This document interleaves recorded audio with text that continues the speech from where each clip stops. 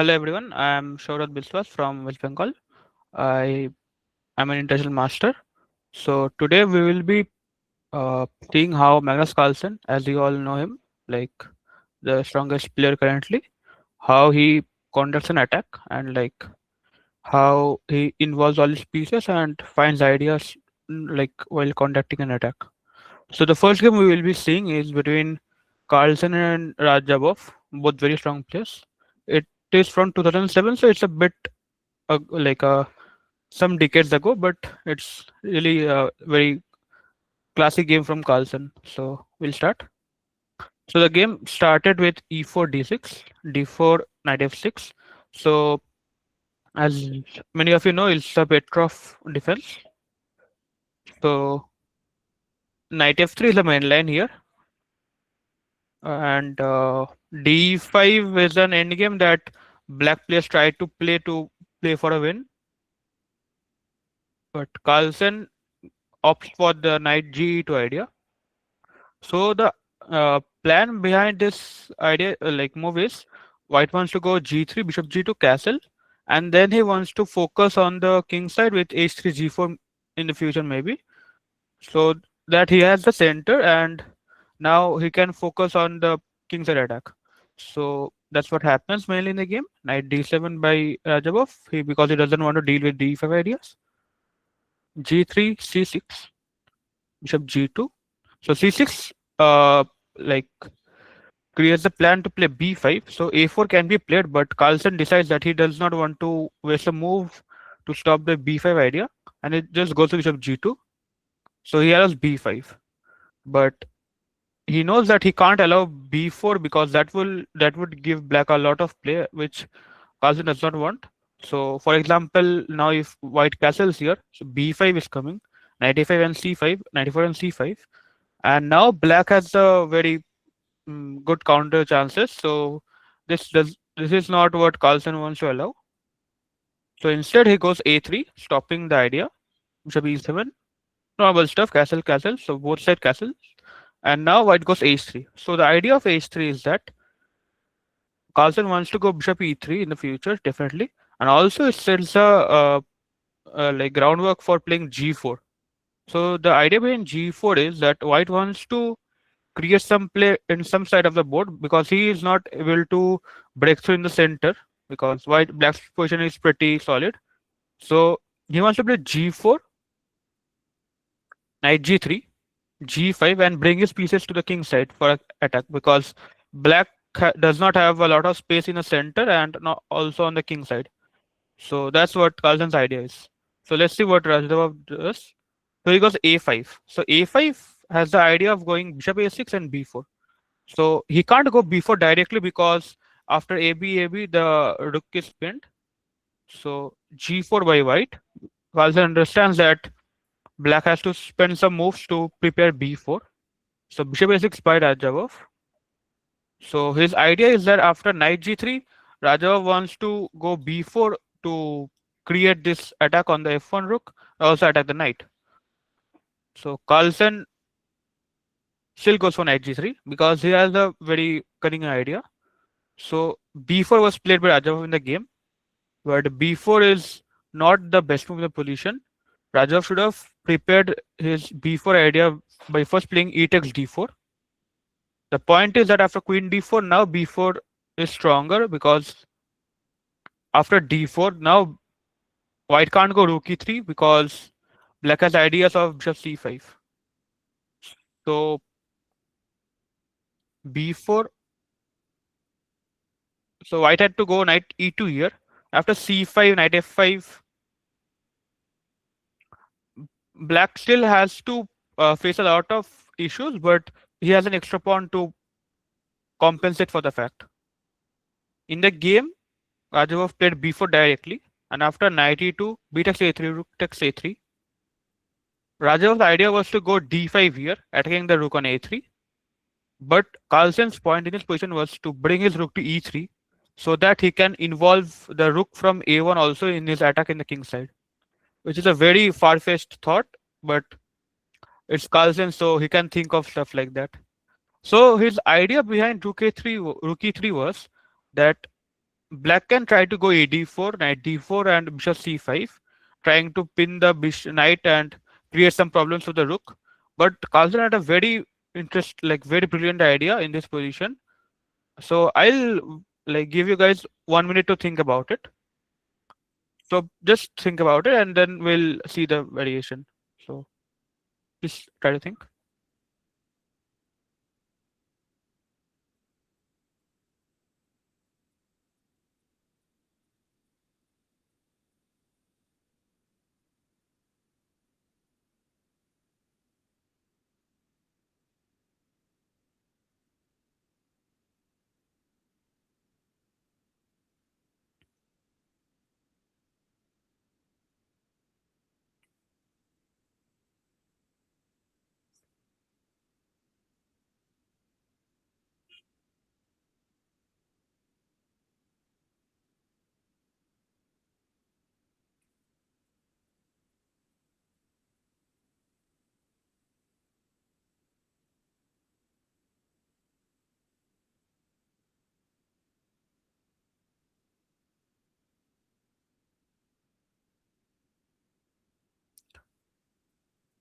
So I would recommend every one of you to like sit with a chessboard handy so that you can follow through the game yourself and think about positions like this on the board. But if you're not, then it's fine, no problem. So in this position, white's best move is to play knight takes c6. So if you guys found it, very good. So I would still like you to go through the whole variation so that you are sure about your moves.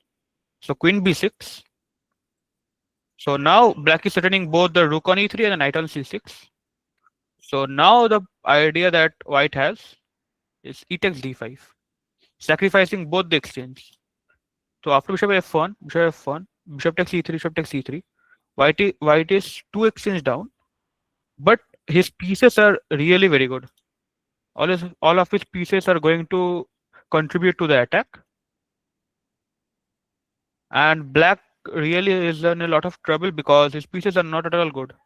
So queen b2, g5, kicking the knight. The knight has no good squares other than e8. So knight e8, bishop d3, setting up ideas of knight e7 and bishop h7 stuff. So black plays g6 to stop them. Knight e7, king h8, and now a tactical shot. Try to find it. I'll give 40 to 50 seconds.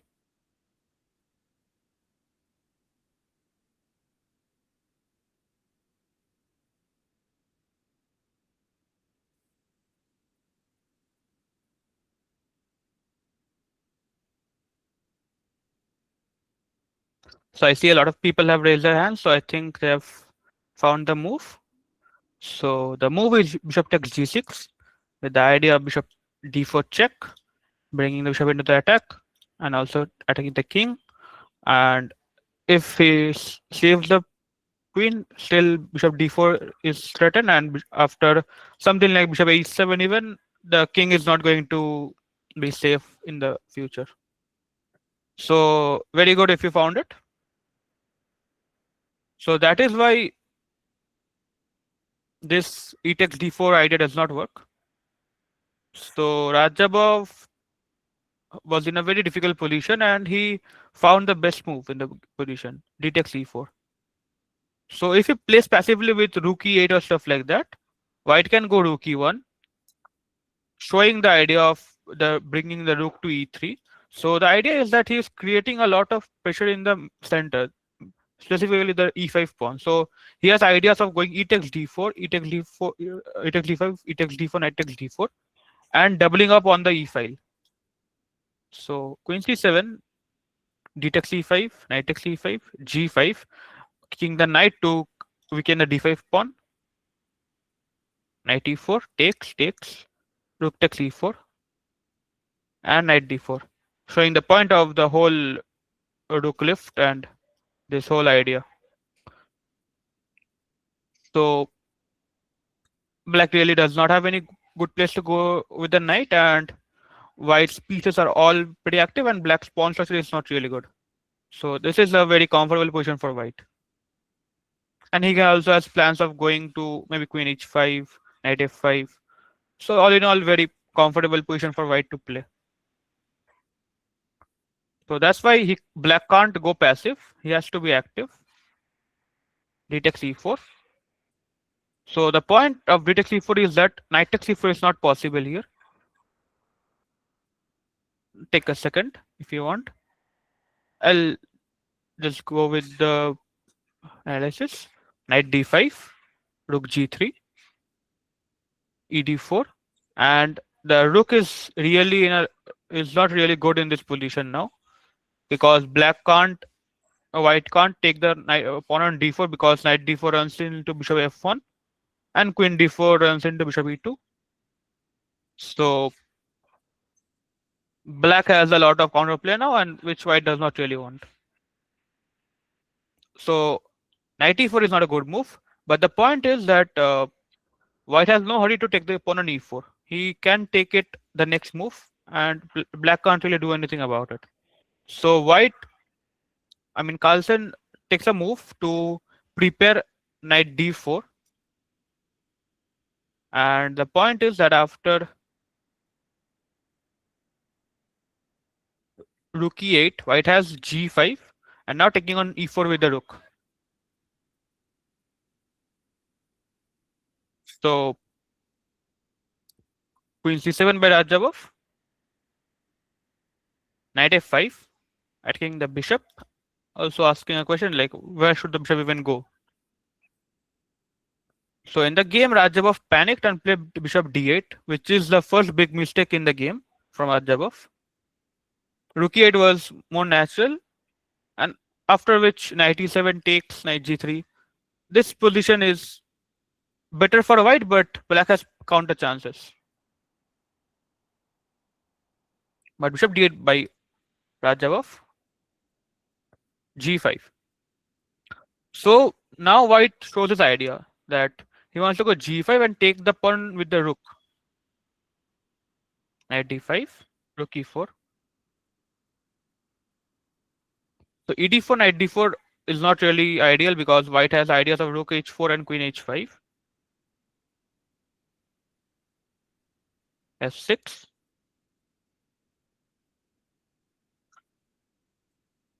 So now try to find how white should proceed in this game, like with the attack.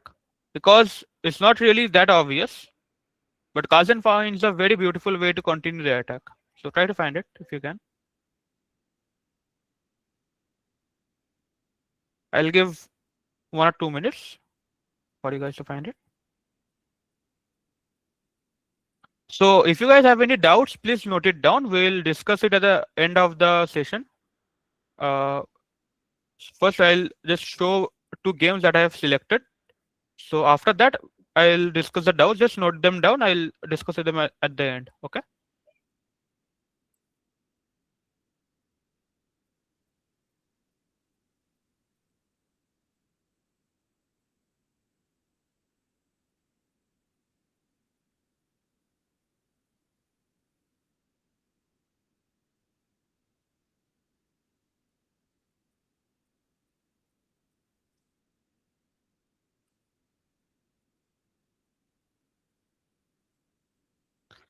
So knight g3. Okay, very standard move, bringing the knight into the attack. Also opening up the queen for queen g4 or stuff like that. So g6 by black. So black can't be very passive because if black plays something like king g8 trying to be away from the whole g file attack, white has a very interesting move. Try to find it. It's a very crushing move.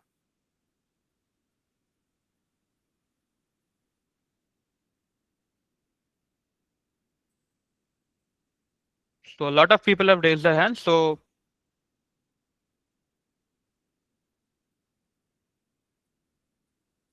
I'll show the move. So try to compare your solution with the text and see if you found it or not. So the move for white is g6, opening up the king and the h file. H takes g6, rook h4, king h7, king sorry g8. queen g4, attacking the g6 pawn. So how does black even defend the pawn? So if a move like king f7, white has rook h7, and black can't defend all of these threats. So gf5, obviously most natural move in the position. Knight takes f5, attacking the g7 pawn. Also has ideas of knight h6. So what does black even do? So for example, rook f7, now queen g6, and black can't avoid the checkmate that is going to follow with queen a7 and queen h8. So very nice combination. If you found it, really good. So that's why black has to play active, and Rajabov plays g6, which is the best move.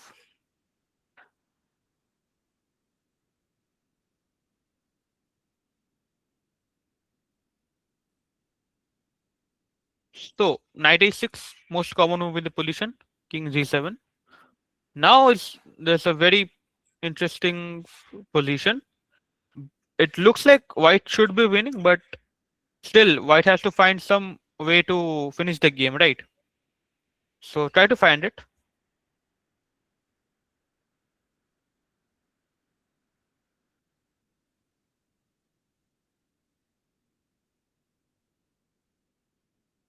Okay. So d takes e5, very logical. The point is that f takes e5 is not possible. The reason being c4, knight b6, b3, and the bishop will just go to b2 and attack the e5 pawn, and black really has no way to defend the pawn. And it's all because the bishop went to d8, which is a very questionable square for the bishop, and after that, black had really no chances to bring the bishop back. And the bishop is not doing really a lot because it's just attacking the g5 pawn, which is defended by the bishop. So if e5 is not possible, so Rajabov plays f takes g5.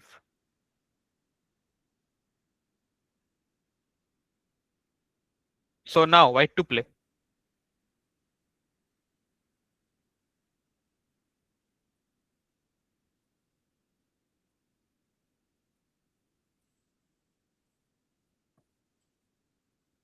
So this move is pretty obvious. So I'll not spend time on this move. I will spend time on the next move that white has to find. So e6 is pretty straightforward. That e6 should be the move. So let's say black plays knight f6, attacking the rook and the knight. So now how should white win the position?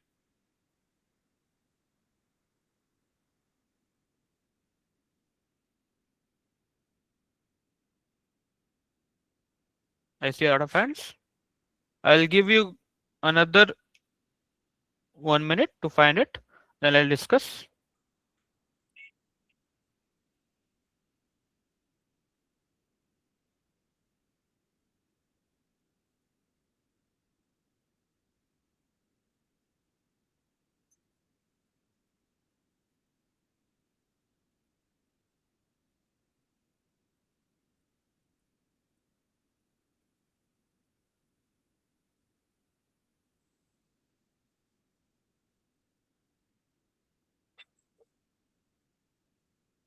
So let's see. So the move for white is e7. Very good if you found it. Shows that you are doing your puzzles every day and you're seeing tactics. So bishop, the point is bishop e7, rook e7, knight e7. Now white has the idea of just going rook e7, queen e7, and forking the king and the queen. So you might think that black gets two rooks for the queen, but the resulting position is disastrous for black, right? So black's king is completely open. White has a double bishops. Both are looking at very good diagonals. And white will just win, gobble up every pawn because all of them are isolated and black won't survive this position for long. So very good if you found the move e7. So in the game, Rajabov saw this and went king takes h6. So he's happy with giving away that this knight for that knight. So ed7 if played, then Raja was happy to just play queen d7 and try to survive this position. But Carlsen had other plans. So again, white to play. How do you continue the attack?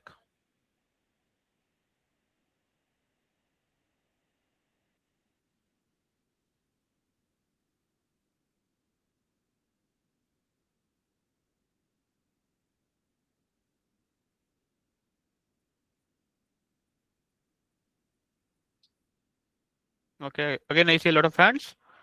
So again, the move is e7. Sorry. The move is e7,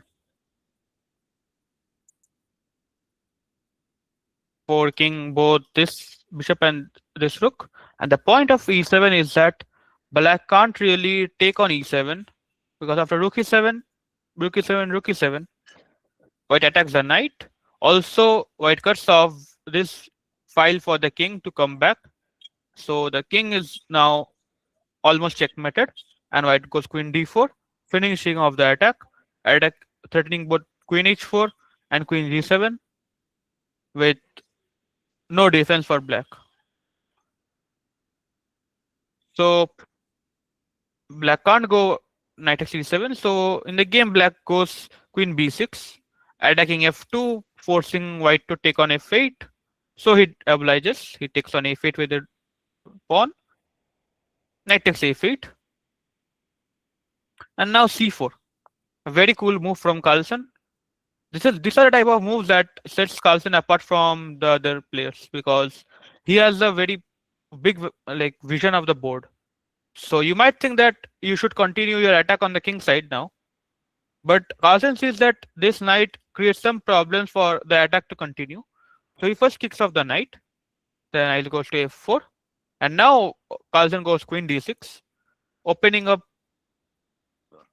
more ideas to attack the king and also cutting off black's defenses from coming to the king side. So black could have gone this type of stuff to like defend the king, but Carlsen cuts off every possible defense. King g7 by Rajabov, and Carlsen just finishes off with rook e7, and Rajabov resigns as rook e7, bishop e7, rook e7, king g8, queen f6, and mate follows.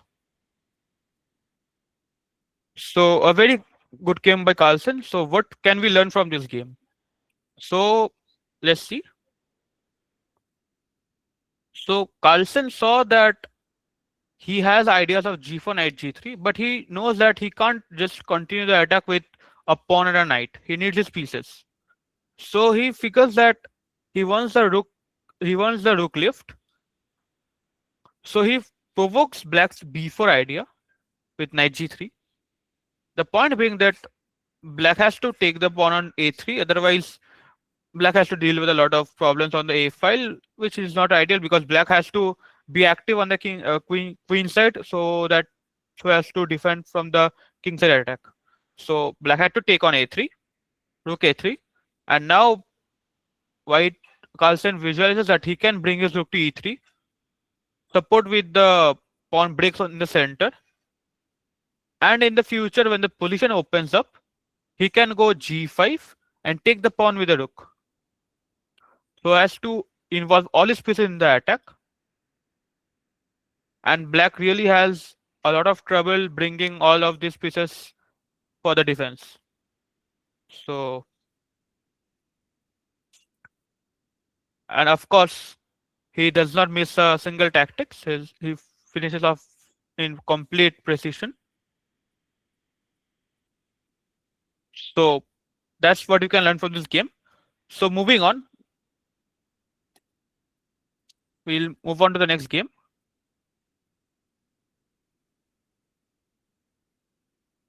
Give me just a second.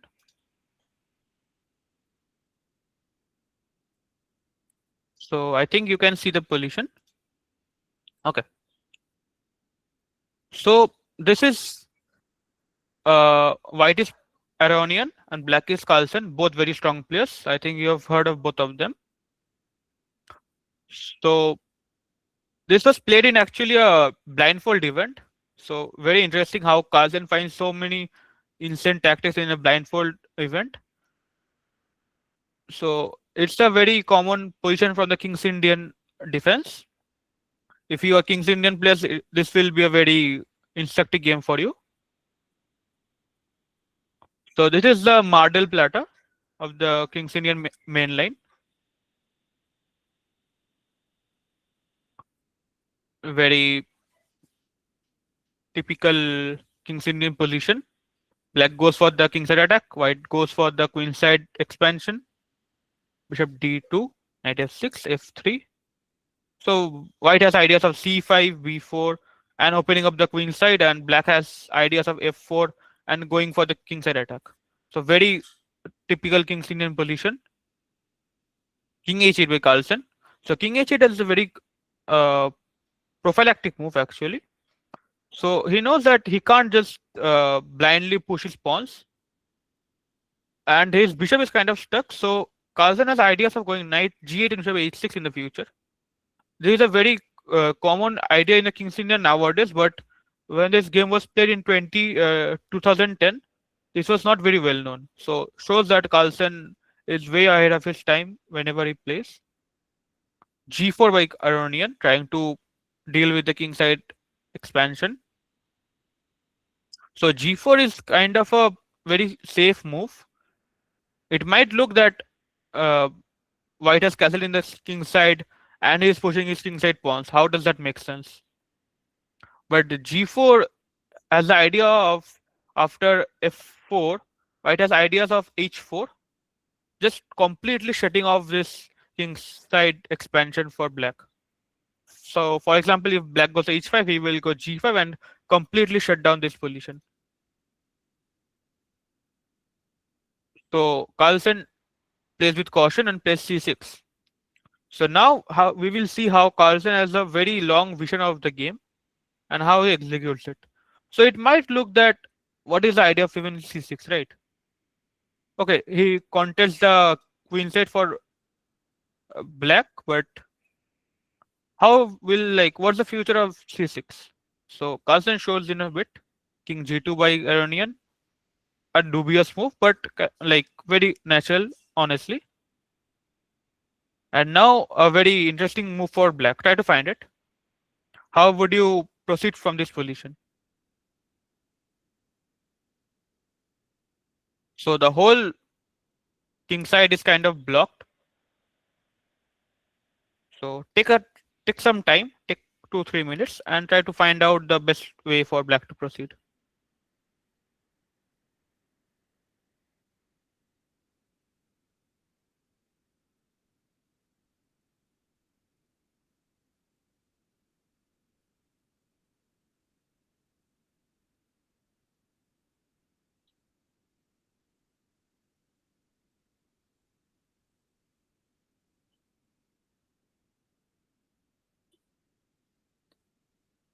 Okay, I see lot of hands. So we'll discuss it, but first take 2 minutes to be sure about your suggestion, and then we'll compare your suggestion with what Carlsen played.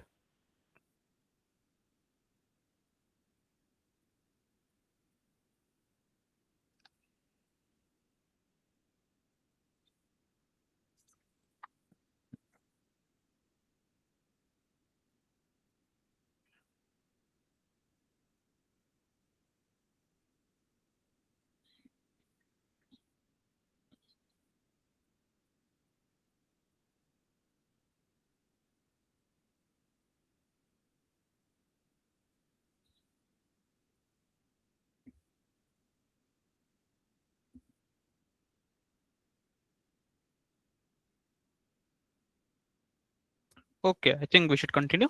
So the move that Carlsen played is b5. So if you found it, very well done. Not an easy move to find when you are attacking in the king side. You suddenly play a pawn break in the queen side. That's not really very easy to find. So Carlsen sees this move, and his idea is that this whole diagonal is kind of weak. Like the all of the pawns are attacked. So there is potential for a very big pawn exchanges and opening up on the like this diagonal. So he wants to place the bishop on b7, kick the knight from c3, and maybe has ideas of taking on d5 with the piece and sacrificing a piece to open the diagonal for the bishop. So let's see how he proceeds. b3, standard move. a5. So a little homework for you. Think about what happens after dc6, bc4, bc4, knight c6. How would you rate the position for black and white? Like, how would you evaluate the position? Little homework for you. Take a minute to maybe take a picture of the position or however way you want to save it. Evaluate the position. Okay, I'll just give you a minute.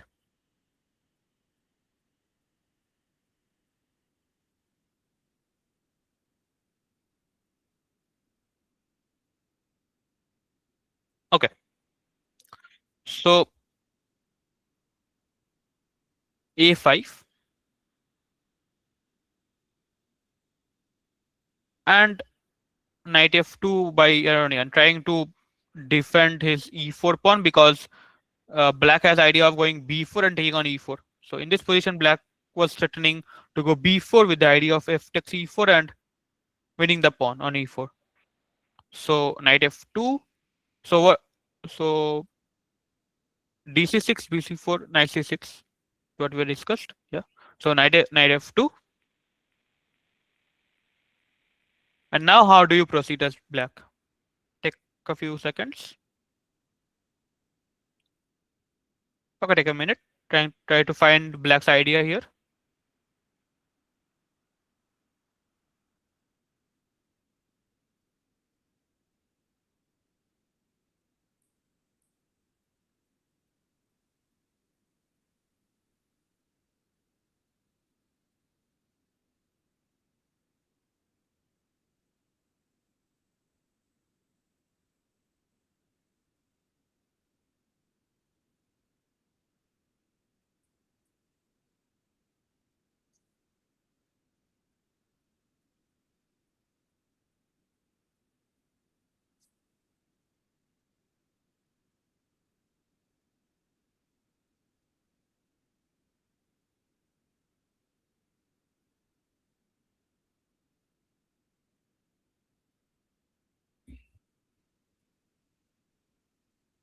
Okay. So I see there are hands being raised. So the game Carlsen played b4, king the knight. Knight goes to a4. I mean b1 or a4. I would think all of us would prefer a4. And bishop b7. So if you found this very nice, so the idea of bishop b7 is not really apparent, but Carlsen's idea is to go fe4, take on d5, and then sacrifice the knight to open the diagonal and just actually just checkmate white because white has no defense really. How will white defend this attack? So white had to see this and go bishop d3, which is the best move in the position. And that's not at all apparent why bishop d3 should be played. Like if this were the position and you were playing as white, bishop d3 won't be the first move that comes to mind. Being as it was a blindfold game, Aronian could not really visualize all this, which is very normal. And he played rook c1. So time to finish the tactics. fe4, fe4, cd5, ed5, and now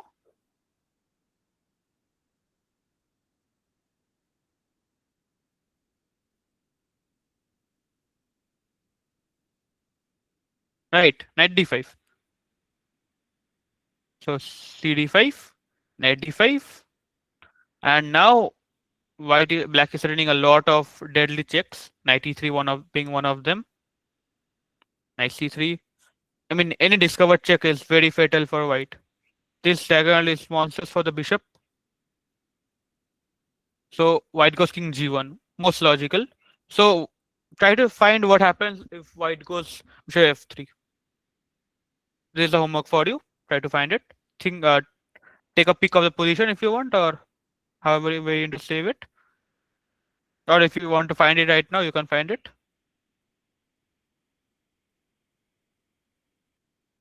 So think about the position. So in the game, white goes king g1.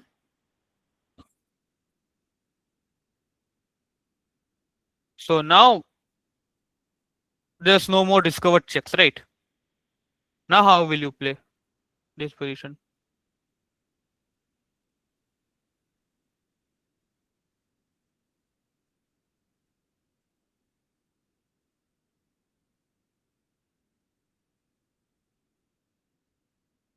So take 2 minutes. It's not really easy how to continue this position, but Carlsen finds the best way to play this position, and it's not really impossible to find it, but it's very instructive.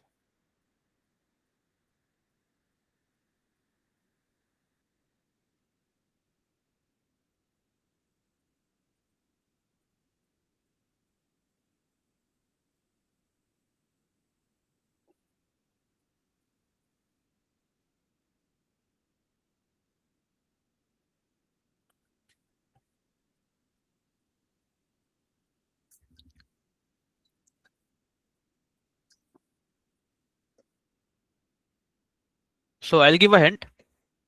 So remember the last game. How did Carlsen like continue the attack?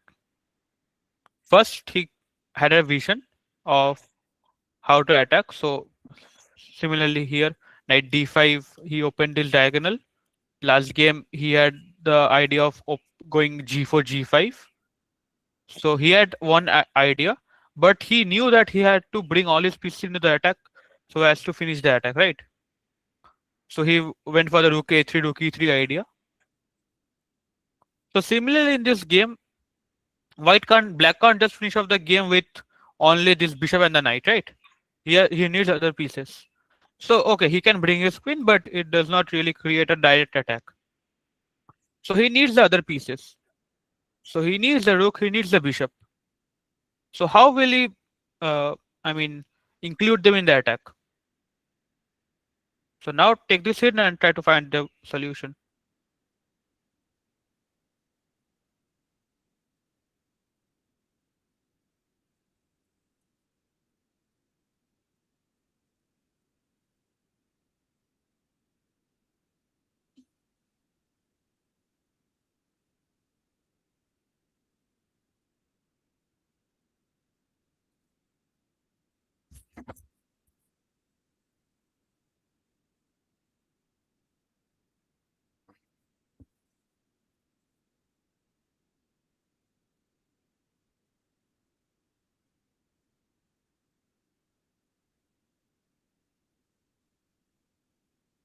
So I'll give 1 more minute and then we'll discuss.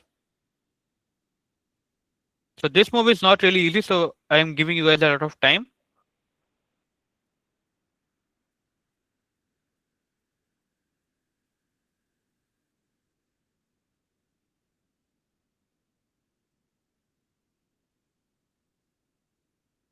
Okay, so we'll discuss. So the move for black is e4. You like if you found this move, it's really very good. Not a easy move to find. So the point of e4 is he's obviously threatening to go e3, winning by the piece. Also, he opens the bishop for this diagonal,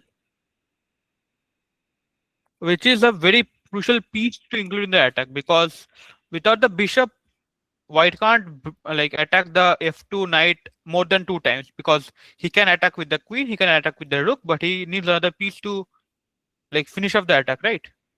So he needs to bring the bishop. That's why e4 is such a crucial move to continue the attack in this position. So knight takes e4 by white. bishop d4. And now white is faced with a very difficult choice. What to do? So if he moves the king, it's obvious that black can just move the knight and win back the like knight on e4. So rook f2 played. Okay, so knight f2, if knight f2 was played, then queen h4, queen e1, and knight f4 with ideas of knight h3, and if takes. Next, he'll just go to k8 and win the knight on f2, and white does not have any defense against these threats. So rook f2 played, rook f2, and here Aronian missed a very crucial defense for white. So the best move in this position was to go bishop g5. So black to play. What would you do?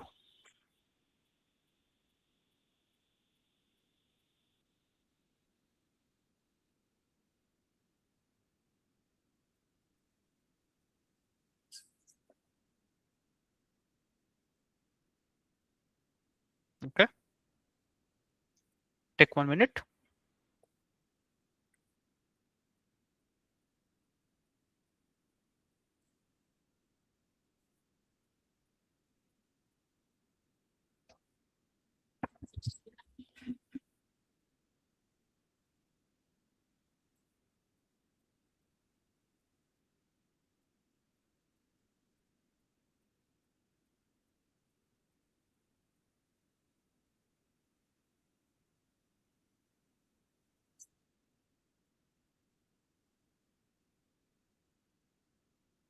Okay, so the move for black is bishop f6. So why bishop f6? So with white's last move, he threatens to take the d4 bishop with a check by playing queen d4, and also he attacks the queen. So the only way to defend against both the threats is bishop f6. So rook e2 might look tempting, but queen e2 is coming with a check. So black this win loses the queen. That is not ideal. Bishop f6, bishop f6. So the point is knight f6 is not working. Try to find out why. So again, I'll give you 1 minute. Your task is to find out why knight f6 is not working.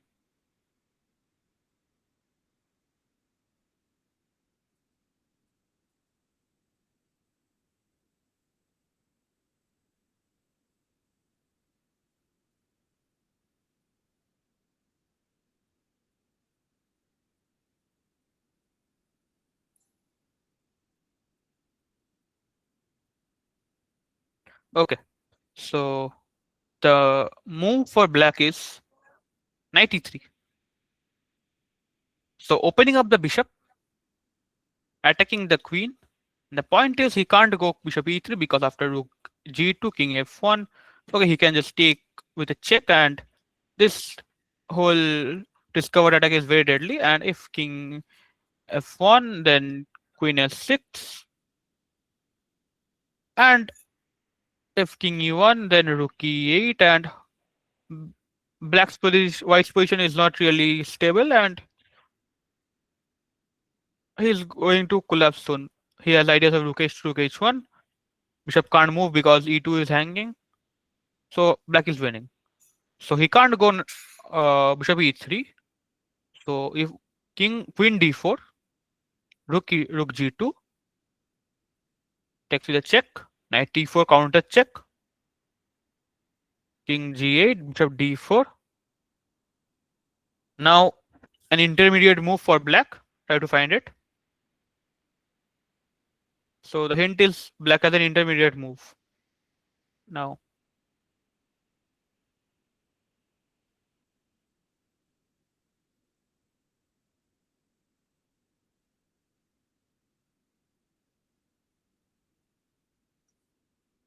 okay, I see some hands. So the move for black is rook c8. Very good if you found it. So rook c8, the point is white can't go rook c8 because rook e1 is a checkmate. Very nice pattern. And if the rook moves somewhere, then rook c2, and this mate is impossible to stop.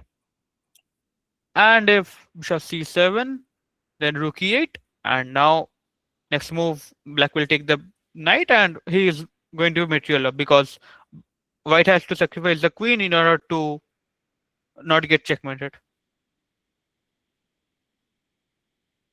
So brilliant combination here.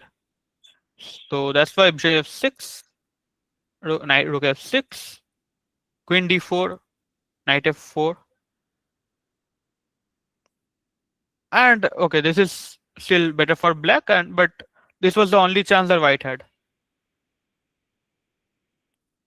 So in the game, Aronian did not find bishop g5. He went knight f2, and now black to play and finish the game.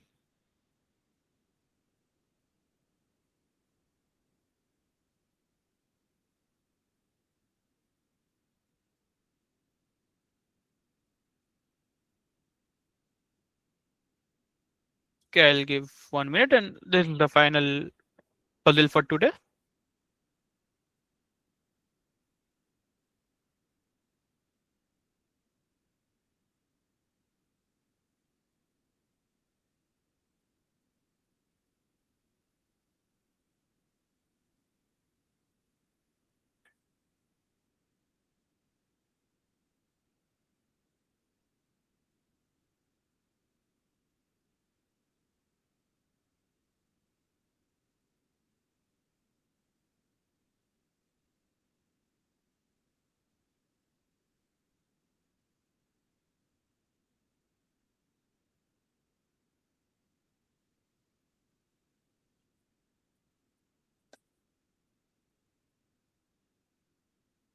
Okay, so the move is queen h4, attacking f2, opening the rook to go to f8. So if queen f1, rook f8, bishop e1, and now knight f4. And with knight h3 coming, white has no defense against black threats, and black is winning. In the game, Iranian played queen e1, and after rook f8, bishop f3, rook f3, queen e4, queen takes f2, Iranian resigned. Because after queen f2, king h1, queen d2, queen e8, you might think that white has some checks, but after king g7, black will just go to h6, and after that, white is just going to get checkmated because there's just too much attack for black for white to handle.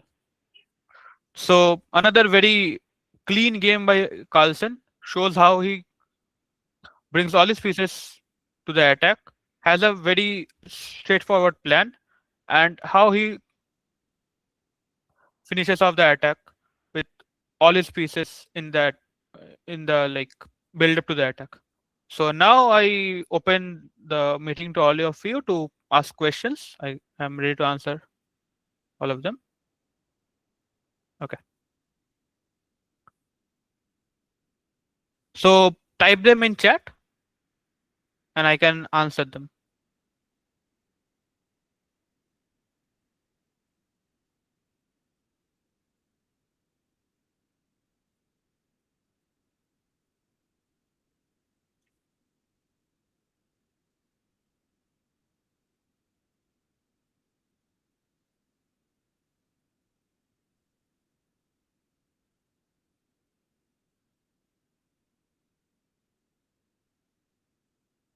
Yeah, hi.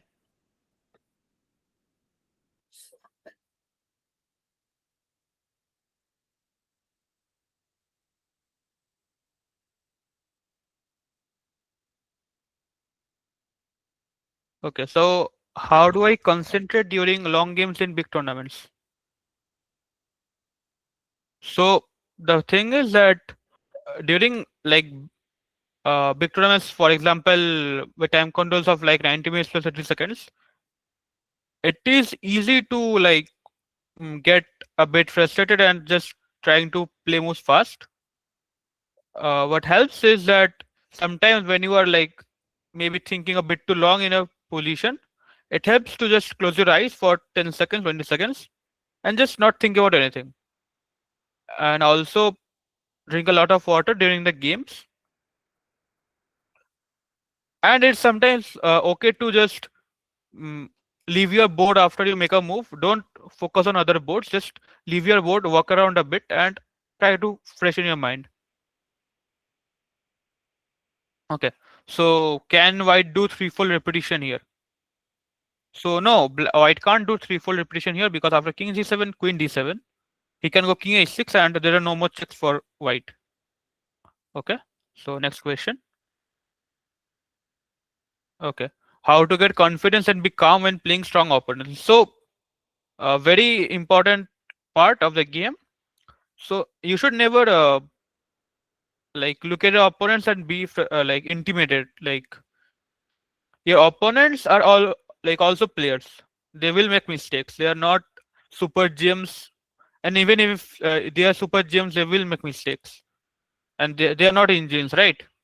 So you have to give your best. You have to try to find the opportunity that they will present to you, and they will present opportunity for you to like create some problems, maybe find a very good tech variation or something. So you have to be calm, and you have to like believe in yourself. Otherwise, if you don't believe in your strength as a player, then you are not going to win against stronger players. Does check capture thrust help in most position? How do we stop and move to other candidate moves? So uh, checks capture threats is a very good way to find a like best candidate move.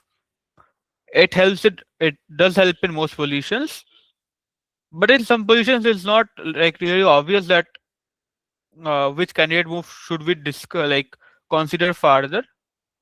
So those are the type of positions in which you have to take a lot of time. For example, even 15-20 minutes you should take, and even if after that you are not sure about what to decide, then it's generally uh, advisable to play a safe move, because if you're not sure about what variation is like best for you, and if you're not able to calculate further, it's better to not to make a very rash decision and lose the game on the spot. It's better to like let the game go on. How many candidate moves do you look for in rapid tournaments? How much time is maximum for one move in fit rapid tournament? So how in rapid tournaments it's generally uh, advisable to know your openings well, and know your ideas, and stick to the like typical stuff. Don't try to take a lot of time in a single position. If you find if the position is very complicated, it's advisable to make a like kind of a normal move and not complicate stuff further, because if you complicate it further, then it's going to be difficult for you to calculate it in such a short time. After losing two games in one time, how to be confident? So after losing two games in one like 2 games in a row, okay, it's normal that you will lose your confidence. So what helps me when I, for example, I am like playing bad in a tournament and I'm losing games, it helps me to like just relax, not think about chess a lot. Maybe like mm, with your parents, or maybe watch your favorite show, something like that. Is the thing is that if you focus too much on chess at that time, you will burn out and you will play the other games thinking about your previous game. So you have to take your time to forget the previous games and focus on the next game. So do some other stuff so as to not think about the previous games too much. What are some best ways to train chess before a long time control game tournament? So what I do is that I focus on my openings. I do puzzles. So I'm talking, for example, 10-15 days, let's say 1 week before tournament. So I do a lot of puzzles. I focus on my openings, and I generally try to stay chill and not like overcomplicate stuff. Like you won't. It's not advisable to start a new book or a new opening in like 1 week before the tournament, because you won't be able to perform it to the best.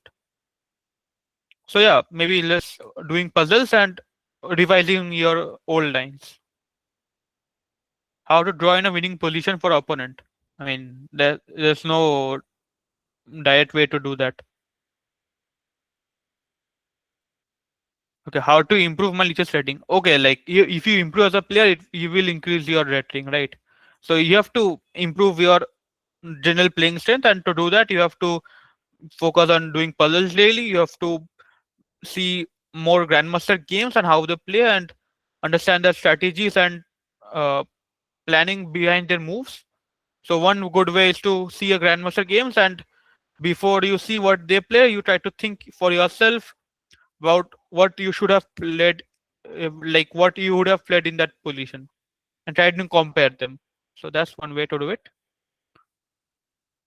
In tournaments, how do they calculate TB1? Okay, that's not really something that you have to care about. Don't really worry about the how they calculate tie breaks. That's not for you to do it. That's for the arbiters.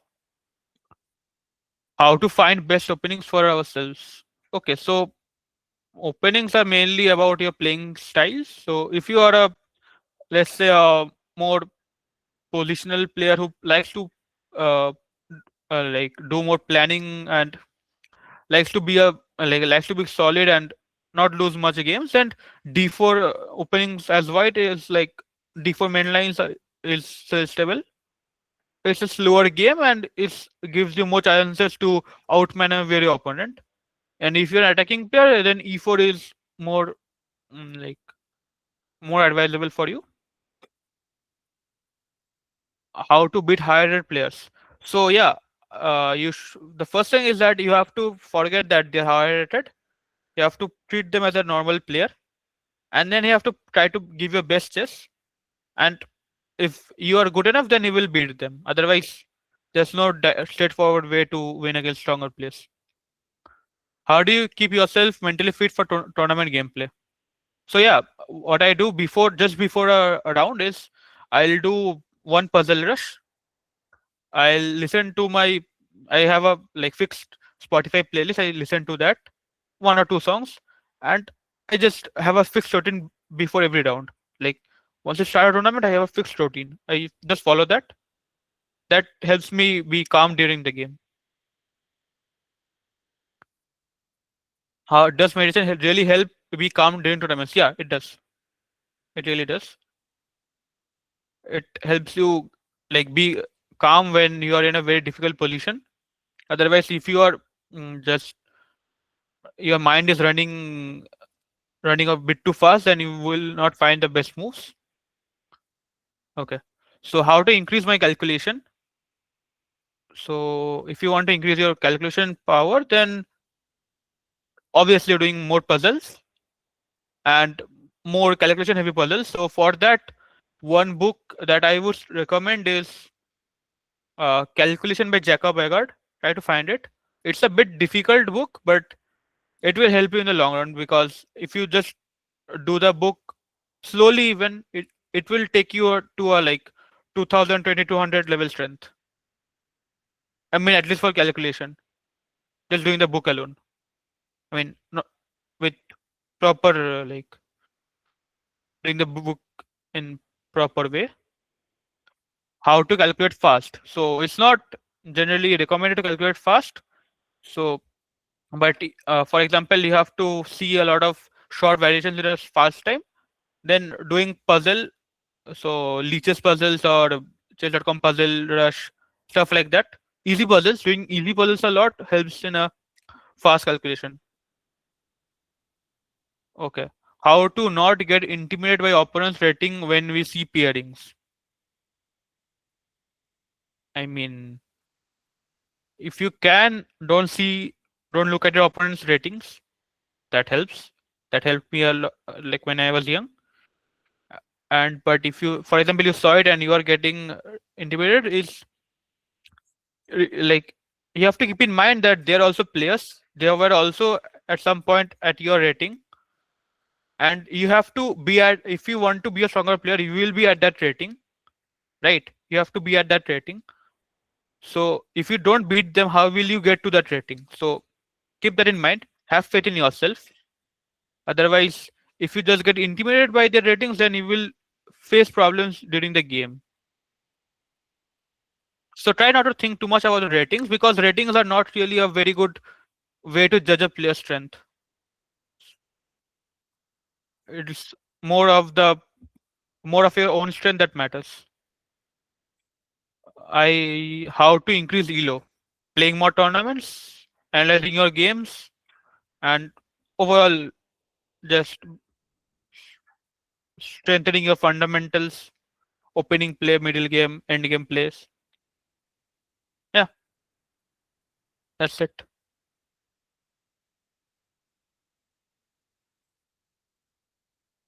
Thank you, Sourath. Like Thanks playing everyone. tournaments is important. Yeah, yeah. Thank you.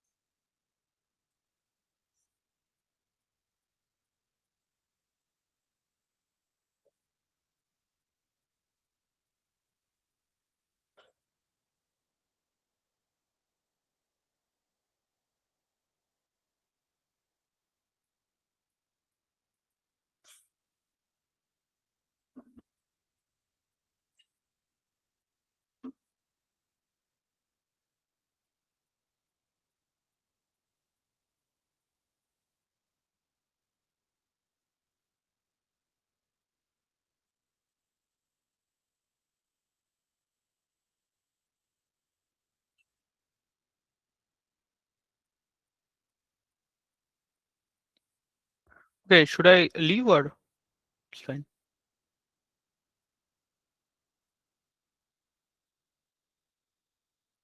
Yes, Sourath, you can leave. Thank you. Thanks everyone for your Okay. participation. Have a nice day. Yeah. Thank you for listening to my lecture. Thank you. Bye bye.